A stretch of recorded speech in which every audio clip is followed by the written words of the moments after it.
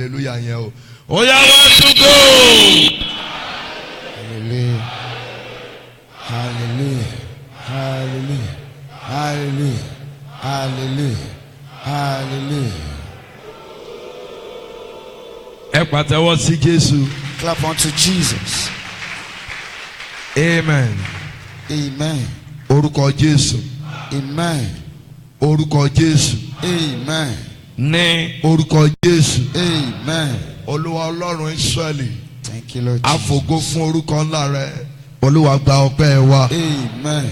Fún oore ọ̀fẹ́ ńlá tá a rí gbà, Olúwa gba ìyìn wa. Amen. Ògo ni fún orúkọ Olúwa. Hallelujah. Fún àmì àánú rẹ lórí ayé wa, lórí gbogbo ọkàn tó wà lórí òkè yìí, Olúwa gba ọpẹ́ wa. Amen. Ògo ni fún orúkọ Olúwa. Hallelujah. Ọlọ́run àwọn ọ̀run, àwa ti jí ní wákàtí lórúkọ Jésù, Olúwa darapọ̀ mọ́ wa. Amen. Nínú agbára rẹ, Olúwa darapọ̀ mọ́ wa. Amen. Nínú àṣẹ rẹ, Olúwa darapọ̀ mọ́ wa. Amen. Nínú àánú rẹ, Olúwa darapọ̀ mọ́ wa. Amen. Ògo ni fún orúkọ Olúwa. Hallelujah. Mo gbàdúrà fún ẹ̀yin èèyàn ìlóru ìlórúkọ Jésù, ẹ ó ra àánú gbà. Amen.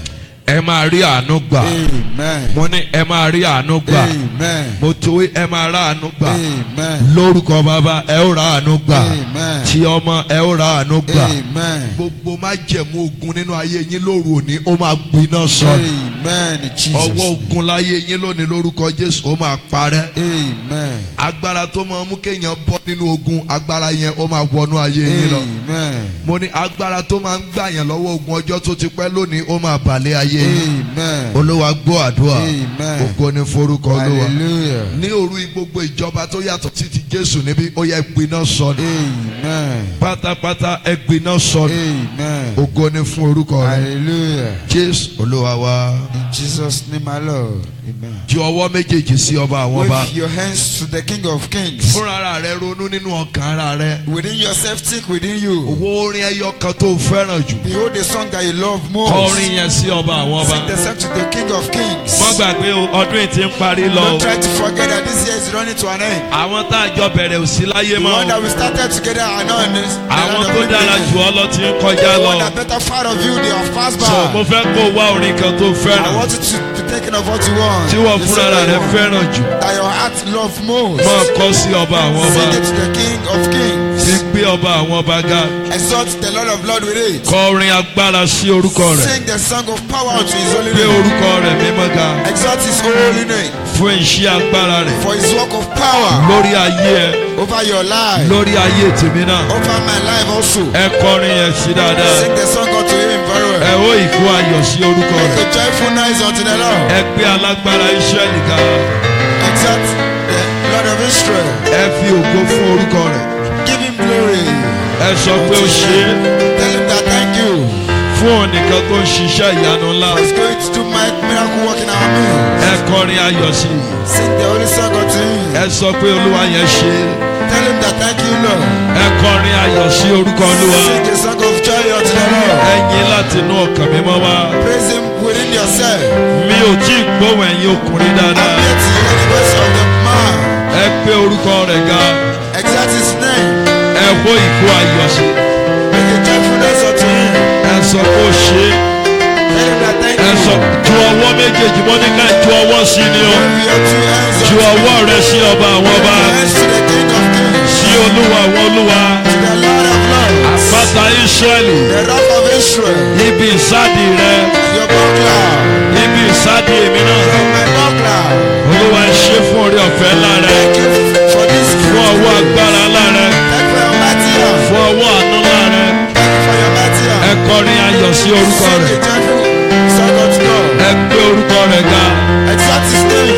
Ẹ yìn orúkọ rẹ̀ lógo. Praise his name with glory. Olúwa ìwọ ni ó yẹ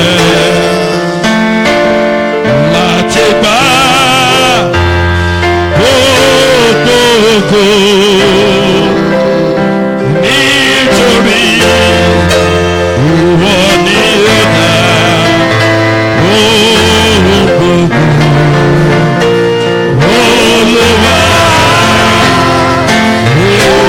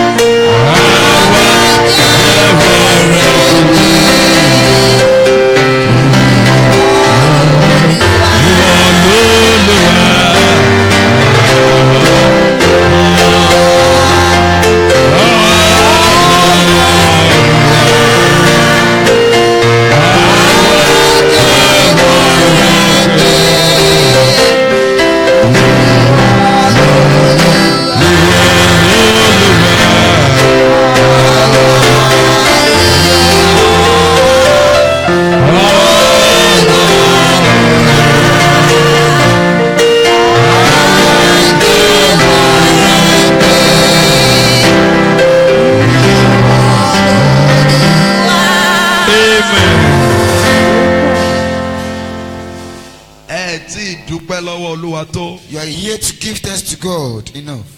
Orí òkè yìí kò ní í ṣe pẹ̀lú iye ọdún àwẹ̀ rẹ. On this mountain, we don't count the number of days of your fasting. Ọlọ́run òun wo iye àwẹ̀ téèyàn gbà lókè yìí. God never think about the fasting that you've been fasting on this But ó mountain. máa ń wo ìmoore ènìyàn. But we know how the heart of your gratitude. Yóò mọ bó ṣe lè dúpẹ́ sí. He will know the level at which you can. Lọ́ba, Pull up his eyes. ìwọ lọ́ba, With all that fills his heart. ìwọ lọ́ba, ìwọ lọ́ba, ìwọ lọ́ba, ìwọ lọ́ba, ìwọ lọ́ba, ìwọ lọ́ba, ìwọ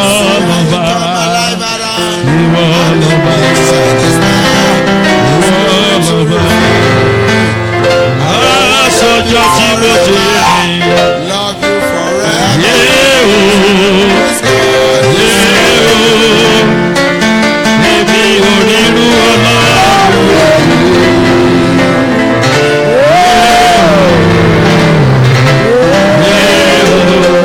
Látọjọ́ tí mo ti rìn, látọjọ́ tí mo ti rìn, yé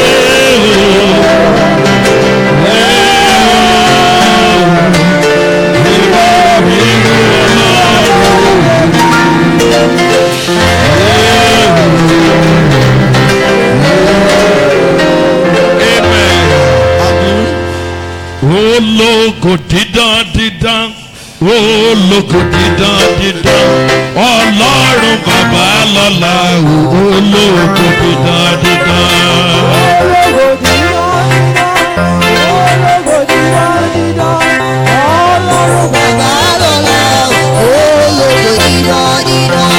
Ọwọ́ yẹn ní méjì méjì méjì méjì méjì méjì.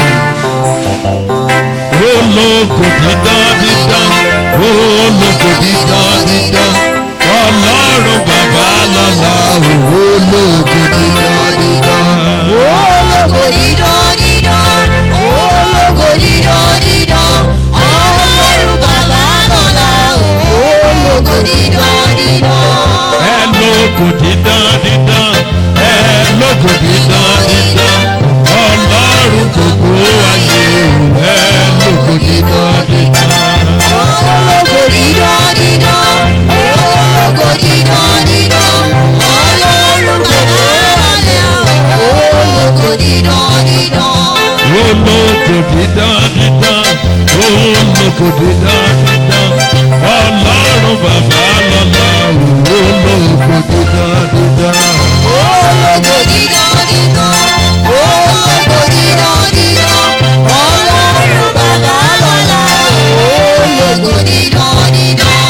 Ẹ lógo dídán dídán, ẹ lógo dídán dídán, ọlọ́run bàbá lọ́la ẹ lógo dídán dídán.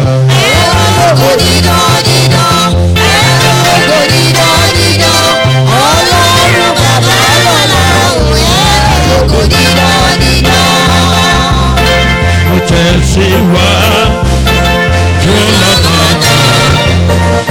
Ògo Kristi lójoojúmọ́, gbàdúrà ìrètí lọ, olùwàjọ ẹbí sókè. olúwàjọ olúwàjọ gbẹ̀mí sókè Àmì lọ sí ibi gíga, àpáta tó dájú mi lọ, olùwàjọ ẹbí sókè. mi ò rí ọ oríṣẹ́ ọwọ́ rẹ̀ mi ò rí ọ oríṣẹ́ ọwọ́ rẹ̀ alágbára tó ga jù oríṣẹ́ ọwọ́ rẹ̀.